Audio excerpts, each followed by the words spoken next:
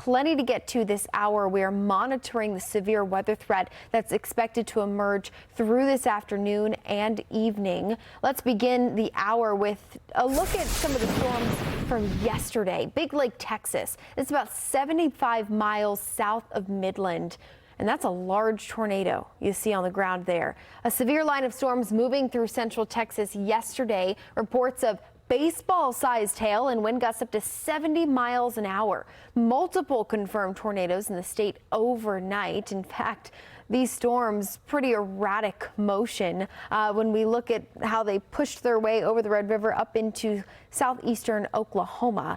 Scary to see that footage and the videos coming in. National Weather Service out of Dallas, they are halting any of their storm surveys for the day today. We'll see them go out there to these areas tomorrow, and any reports of confirmed tornadoes and any rated tornadoes will get you that information. But past 24 hours, here's where that action sat north of the I-20 corridor, northwest of Dallas over the Red River. Now, taking a look at our severe threat zone for the day today, we do shift things off to the east. Low pressure is beginning its push up across western Oklahoma. We'll see that continue up in the Midwest as our warm front has already laid the groundwork of really destabilizing the atmosphere. As that low continues to ride up into the region, cold front extending down to the south, that's going to be the trigger for these storms as we head into Easter dinner later this evening. So we've had some cloud cover, ample rain riding along that warm front boundary. Now, just south of that warm front, we've had a little bit of clearing. That boundary is sitting north of the I-70 right now. So anything north of I-70 is in the threat zone today for seeing severe storms. But as that warm front continues to lift up to the north, we could see more storm energy also filter its way in. Right now, dew points have been climbing through the upper 50s and low 60s. So we do have a very moist atmosphere that's going to help fuel up these storms. And in fact, when you talk about our warm front, it's probably sitting right about here. So north of that warm front is where we have storm suppression. That's all building up to the northeast. And one thing you'll see is underneath that warm front is where we have our storm energy building. And that's where our storms and the severe threats are expected to fire as we head through the next, I'd say 6 to 10 hours or so, 6 to 12 hours.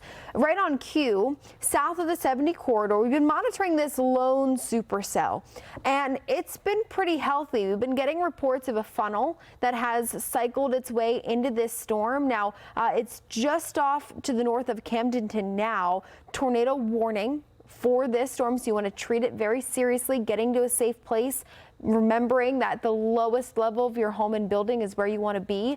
Basement, of course, storm shelter is the best. Now, when we look at our storm winds, we're pretty far away from the radar site, and so it's made it kind of difficult to get a reading on this, but there have been reports from local police and emergency managers who have said there's been that funnel spotted, and there is some rotation that we're monitoring near Camdenton. This storm is moving off to the northeast at 40 miles an hour. It's pretty low topped, and it's also cycling a bit. So we'll see how long it holds together, but we are going to continue to follow this up towards Osage Beach. You want to get to a safe place as quickly as possible there in central Missouri. Along with more storms developing comes the threat for damaging winds. The footprint of that squarely over much of central and southern Missouri, over the border into northern Arkansas. Sharply negatively tilted trough is going to help feed in some pretty strong mid-level winds that produces some shear. Also closer to this low pressure system, you get this corridor of spin, and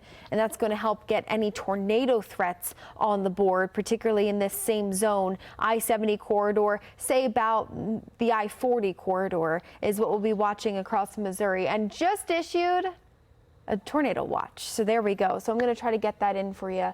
But this runs until 7 p.m. across Kansas and Missouri, and no surprise there. So watching these areas very closely. Let's get back to radar just to show you where this watch has just been posted, and continue to be on alert as we go through this afternoon, that you want to make sure that you have ways to receive alerts, that you have ways to keep yourself up to speed. Here's that watch loading up for you now. And call over your family.